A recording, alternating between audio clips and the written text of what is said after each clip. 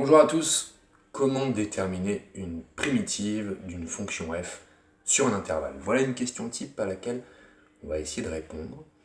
Et j'aimerais d'abord attirer votre attention sur la nature précise de la question, c'est bien comment déterminer une primitive tout court, c'est-à-dire tout seul. C'est à vous de le faire, à bien distinguer des questions où on vous demandera montrer que grand F, dont l'expression est donnée dans l'énoncé, est une primitive de petit f sur l'intervalle. Là, c'est pas du tout la même technique. Je vous invite à regarder une autre vidéo qui vous parle de ça. Donc là, c'est vraiment une question où on vous demande, vous tout seul, de déterminer une primitive de petit f sur un intervalle. Alors, comment on fait?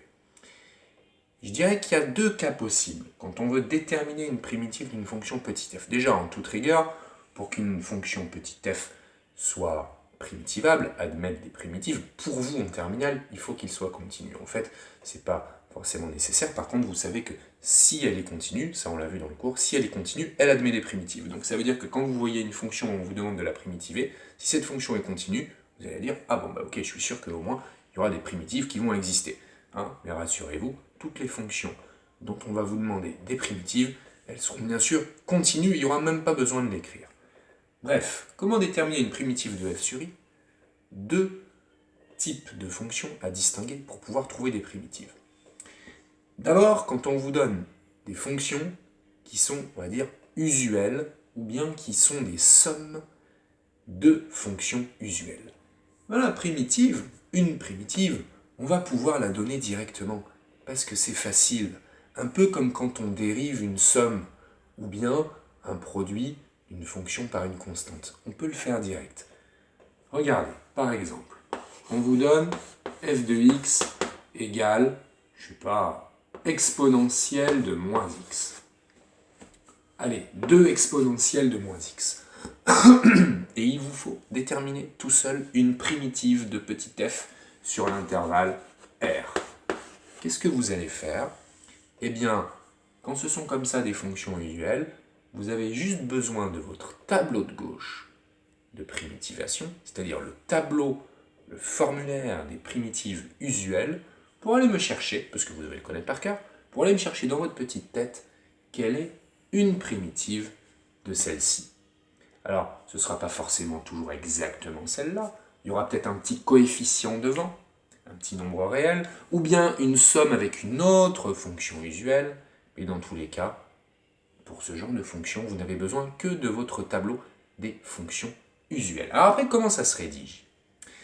Ça se rédige comme ça. On vous donne une fonction, on vous donne un intervalle, on vous demande de déterminer une primitive de petit f sur i. Donc on va dire tout simplement que une primitive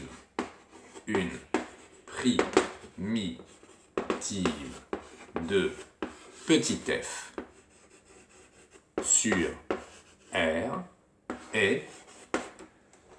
Alors, on peut lui donner un nom. On peut l'appeler grand F, mais il faut le dire. Donc, grand F défini sur R par... Et on donne son expression directement. Grand F de x égale, alors ici, ça serait... dans mon tableau, j'ai pas 2 exponentielle de moins x, j'ai exponentielle de moins x. Et d'ailleurs, dans le tableau, vous avez même exponentielle de ax plus b. Donc, vous savez qu'une primitive s'écrit 1 sur a exponentielle de ax plus b. D'accord? Je vous le mets ici en petit. Dans votre tableau, il y a écrit ça. Exponentielle de ax plus b, quand on le primitive, ça vous donne 1 sur a exponentielle de ax plus b. Voilà. Donc ici, avec a égale 1 et b égale 0, on a donc moins exponentielle de moins x. Comme j'ai un petit 2 devant, je le laisse, et ça me donne moins 2 exponentielle de moins x. Voilà une primitive de petit f sur R de cette fonction.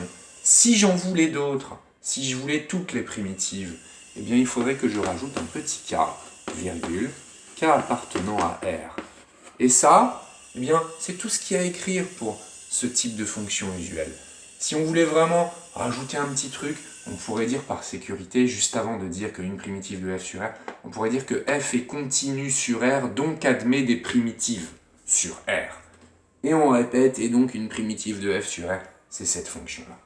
Voilà donc comment on détermine une primitive de fonction usuelle. Alors si jamais vous avez quelque chose d'un tout petit peu plus compliqué, comme ça par exemple, oh là, ceci, bah je dirais que c'est pareil, il faut aller la donner une primitive.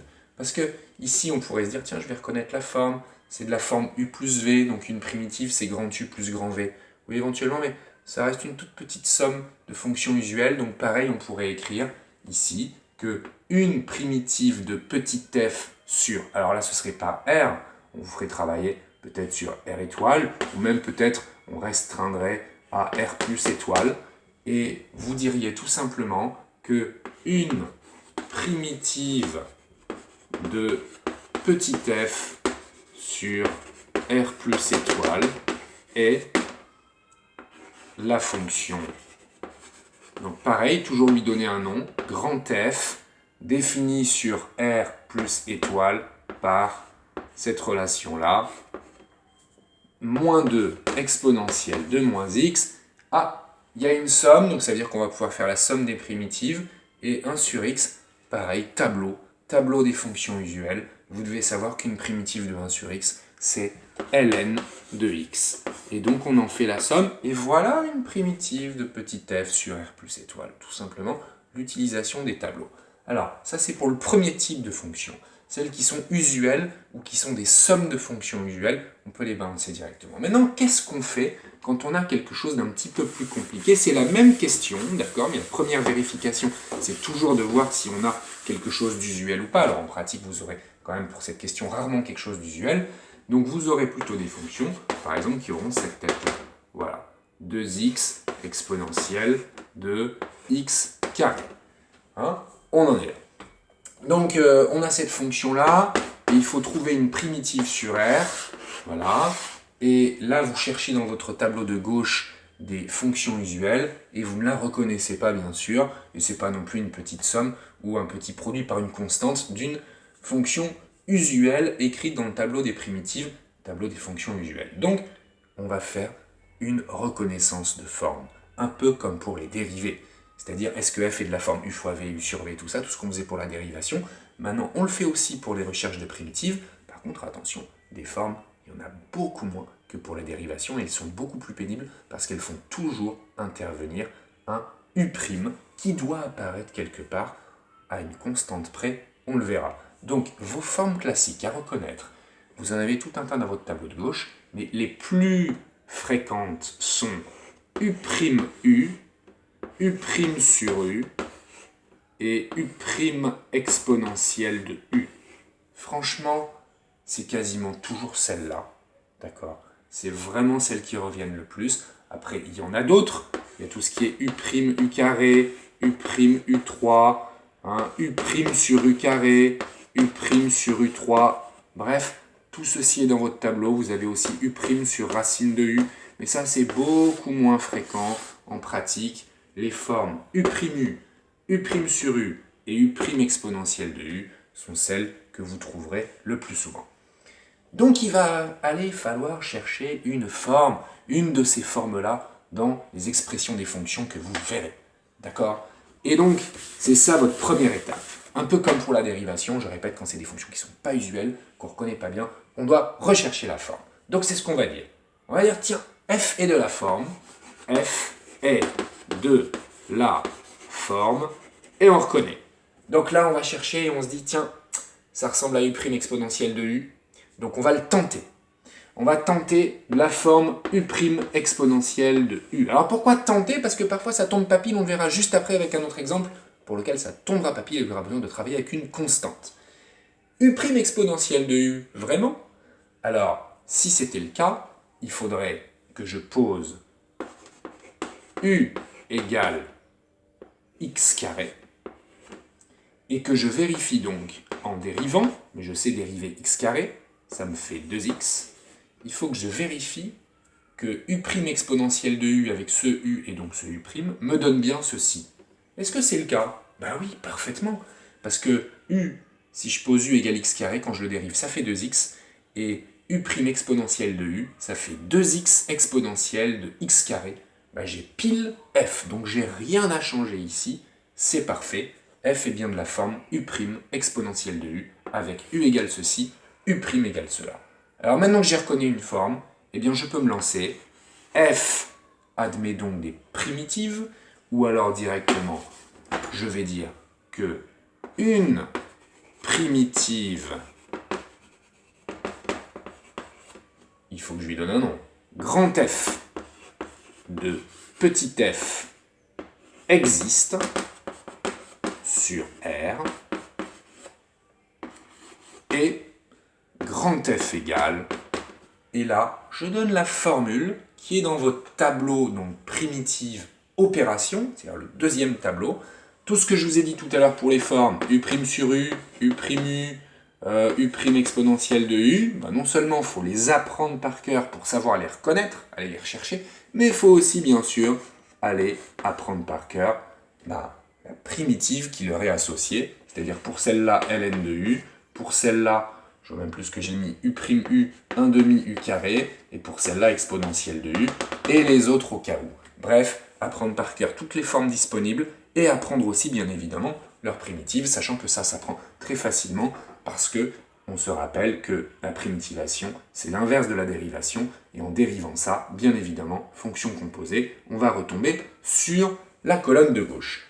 Donc une primitive grand F de petit f existe sur R, et grand F égale, on a dit, exponentielle de U.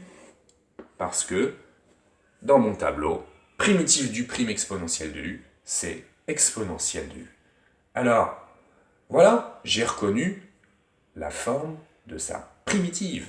D'une de ces primitives, si je les veux toutes, je mets un plus k. Il faut maintenant que je donne son expression. Donc pour tout x appartenant à R, grand F de x égale exponentielle de x carré.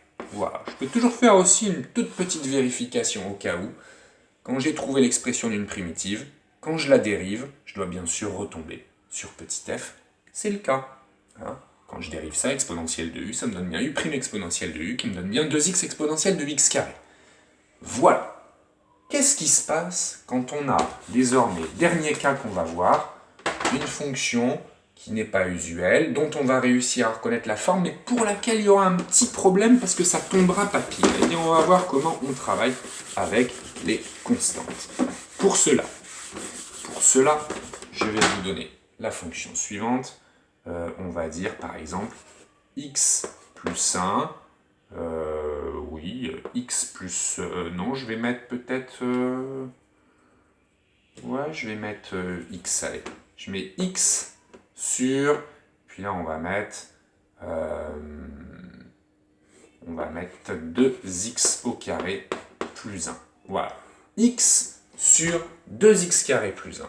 Voilà une petite fonction dont j'aimerais bien trouver des primitives sur R. Ça, c'est bien sûr défini sur R. Regardez, ici en bas, ça s'annule jamais, c'est toujours strictement positif. Et c'est continu, donc ça va admettre des primitives, il n'y a pas de problème. Donc je voudrais qu'on trouve une primitive de petit f sur R. C'est parti. Donc ça, c'est certainement pas usuel. Donc on va avoir besoin du tableau de droite pour les opérations. Une opération à trouver ici, il faut reconnaître sa forme.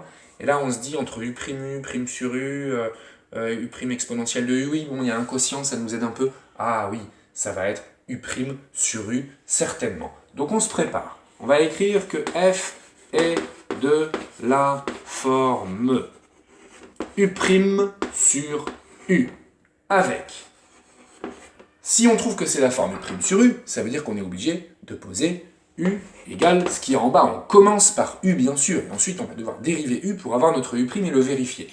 Donc u, c'est 2x carré plus 1. Si u, c'est 2x carré plus 1, alors u', c'est 4x, bien sûr. Voilà. Et donc, quand je fais le petit travail de vérification, c'est-à-dire mon u' sur u, est-ce que ça, u' sur u, ça fait vraiment f de x? Et non, parce que u' sur u, en fait, ça fait 4x sur 2x carré plus 1. Et moi, ma fonction f, c'est pas 4x sur 2x carré plus 1. Donc il va falloir retravailler un tout petit peu la forme en jouant avec une constante multiplicative pour retomber pile sur f de x. Bien sûr, là, ce qui est en trop, c'est le 4. Donc quelle est l'opération? Enfin, l'opération, quelle est la multiplication? Quel est le nombre par lequel je dois multiplier tout ça Pour retomber là-dessus, bah, c'est un quart. Et oui, je joue avec les inverses. Donc j'écris ici un quart, et donc ici un quart.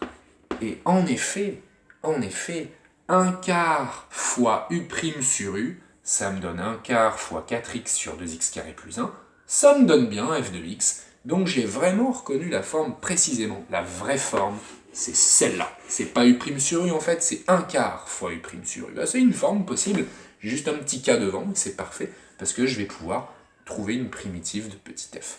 Donc j'écris quoi? F est de la forme ceci avec ceci, cela. Et donc je vais dire que f admet des primitives, ou plutôt que donc grand F, donc une primitive, comme j'ai trouvé une forme qui est bien dans mon tableau, c'est de la forme k fois u' sur u, je sais que c'est primitivable, donc c'est ce que je vais écrire. Donc une primitive de petit f sur R existe, grand F, une primitive grand F de petit f sur R existe, et grand F égale un quart fois tableau de droite. Qu'est-ce qu'il y a dans la colonne de droite qui correspond à u' sur u? ln de u. ln de u. Alors, qu'est-ce que je fais désormais? Je vais juste noter son expression. Donc, pour tout x appartenant à grand R, alors, vous verrez, pour le u' sur u, il faut, toute rigueur, que u soit strictement positif pour pouvoir ensuite dire qu'une primitive, c'est ln de u. C'est le cas ici, on a un peu évacué ça, mais c'est vrai que 2x carré plus 1, c'est strictement positif, on le vérifie. Et donc, une primitive de u' sur u, comme u est strictement positif, c'est bien ln de u. Et ça existe, ln de u, quand u est strictement positif, heureusement. Donc, pour tout x appartenant à R, grand F de x, son expression, c'est un quart fois ln de 2x carré plus 1. J'espère que vous y voyez. Voilà, on a trouvé une primitive aussi, en reconnaissant une forme, mais en travaillant aussi un petit peu avec une constante. Donc voilà toutes les techniques possibles pour pouvoir trouver tout seul une primitive d'une fonction donnée. Je vous rappelle que pour répondre à la question comment montrer que grand F de x égale quelque chose dans l'énoncé est une primitive de petit f donnée aussi dans l'énoncé, c'est pas la même technique. Vous pouvez le voir dans une autre vidéo. Voilà, à tout à l'heure.